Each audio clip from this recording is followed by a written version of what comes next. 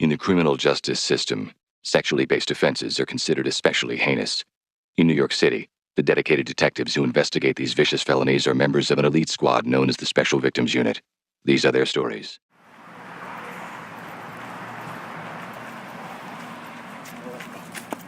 What's wrong? Woo! Oh my God! So many dead blasts! There's stab!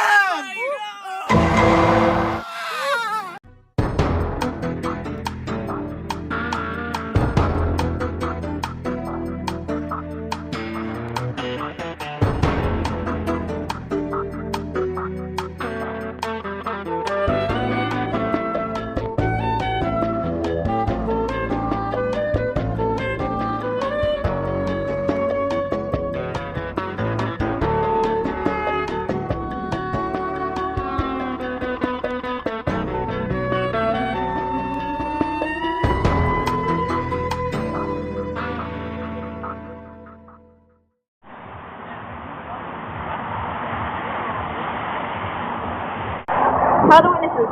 Still unnerved. I don't think we've ever seen anything like this before. Anything, Lieutenant? Well, no signs of a struggle. They couldn't have been here for more than a day. The path is monitored pretty regularly, so they would have noticed something. Thank you, Lieutenant. Please take out this forensic. Well, they certainly seem to be embryonic stem cells. However, they've been dead for a while, so I can't really tell. I have to test it for potency, telomerase activity. Wait, but how long have they been dead, though? Now that's the question. The blastocyst seems to be 6 days old when the inner cell mass was stabbed right through. But that could have been a while ago. Terrible! Alright, it looks like we got a possible clinic where these stem cells came from. Where? It's the downtown clinic, run by a particular person named Dr. J. Carr. Dr. J. Carr. We should check that out right now. So, Dr. Carr, how long have you been running this clinic? Well, I've been consistently trying to differentiate embryonic stem cells into cardiac muscle cells ever since Obama lifted the ban on stem cell research. And what did that do? For stem cell research? Everything! The federal government funds us to run these projects for human stem cell lines. So now the question becomes, why would anyone want to steal these from your clinic and destroy them? Do you have any enemies? I don't know anyone who'd want to waste these stem cells. I mean, there are those leaders who are against everything that... Oh my. Father Drake. Father Drake? You mean Father Douglas Drake? Yes. Do you know him? Yes, he is a Catholic priest. My family goes to him pretty regularly. What about him, Doctor? Well, he's very against what we do in this research clinic. He likes to think that what we're doing is killing babies. I tried to explain to him that no, we're destroying something that's going to be thrown away anyway, and that these have no potential to become babies unless we inject it or implant it into a uterus, and that we're doing something that could eventually save lives, cure suffering to people that are living right now in the world. And we have the potential to cure so many diseases with these stem cells. But that doesn't really explain why the father would do something like that. He's not the type of person to, destroy something that has the potential to become a baby. Well, Father Drake isn't exactly in his right mind. Has he made any threats to this clinic? He sent me this letter.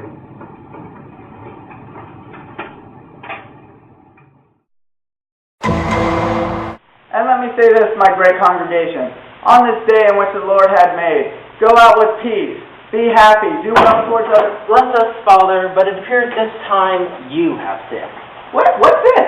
Father Douglas Drake, you are under arrest for the theft and destruction of multiple blastocysts. Blastocysts?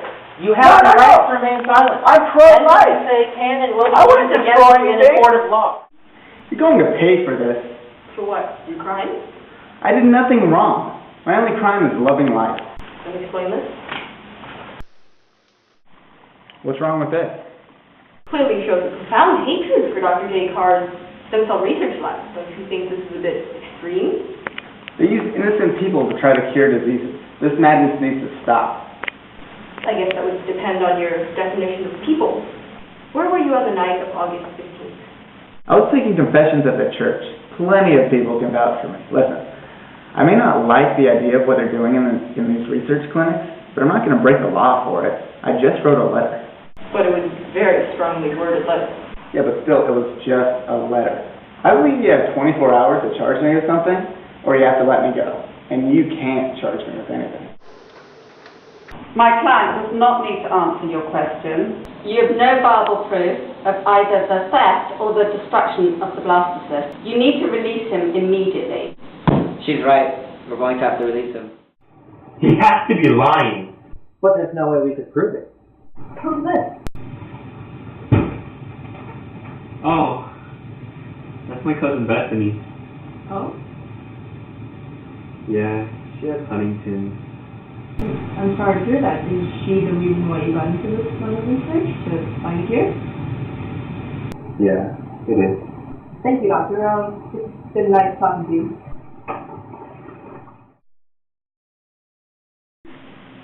Well, it looks like your Dr. Carr has been accused by his workers of using government funding for unauthorized Huntington's research. What do we know about the cousin with Huntington? So, the story checks out. His cousin was diagnosed with Huntington's 2 years ago, and she often stops by his place when he's gone. So, what are we thinking? We just need to find some proof, don't we? Can we do that?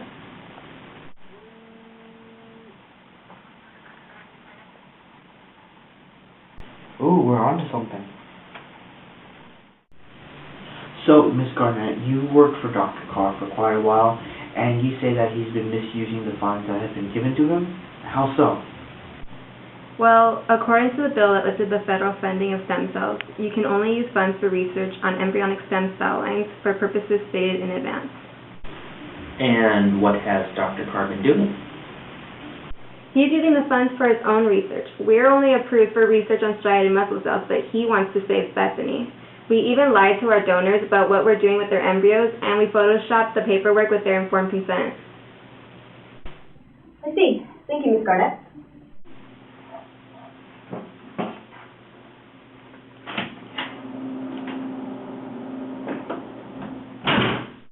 So now we can prove that he's been using government funds inappropriately, and that he's been falsifying the informed consent from all his donors. Can we get a search warrant for his lab? I'll ask a judge.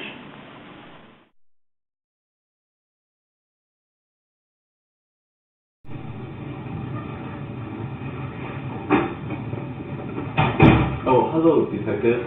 How may I help you today? Dr. J. Carr, your impressive attempt at plastic surgery and a foreign accent is no match to the very sign on your neck.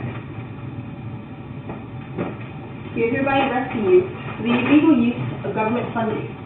You have the right to remain silent. Anything you say can and will be used against you in the court of law. You have the right to talk to a lawyer and have him present with you while you are being questioned. Don't make any fake mistakes. I'm afraid, doctor, that you have.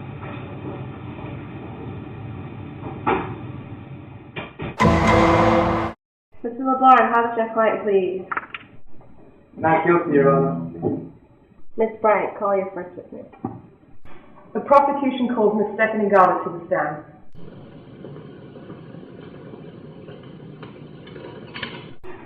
Miss Garner, could you describe to me what your job at the clinic was? My job was to try to differentiate human embryonic stem cells into cardiac muscle cells. And how successful has this procedure been?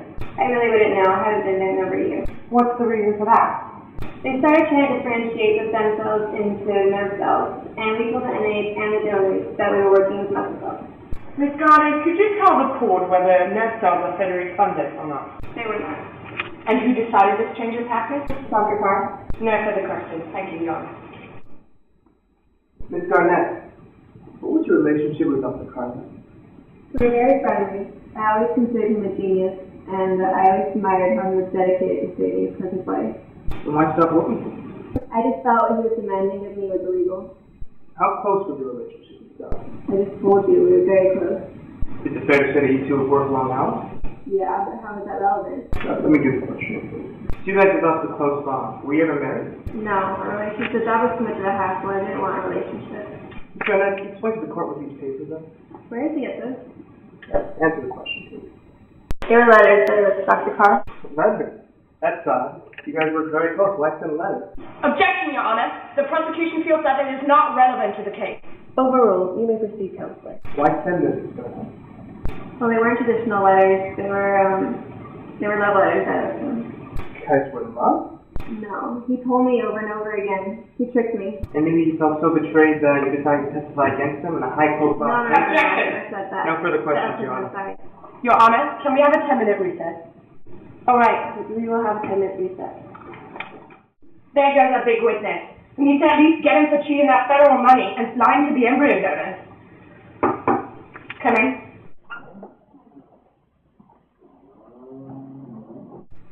Well, it looks like we may still have a chance. My client's not looking to deal. He's going to want us to spin this. Come on and invest in this. Beth? Save it, Jay. Come on, Beth. Don't let these guys brainwash you. I just wanted to help you. Help me. All you did all day long was pour over your precious stem cells in your little lab. Even after I destroyed your blastocyst, you just made more to work on. You did all my embryos? I did this all for you. How could you? I don't need a cure. I just wanted you to spend time with me. And you even went so far as to break the law. Come on, Master Carr. Confess. How could you? I did this all for you. I risked everything. Come on, Jay. How could you? How could you? Yeah.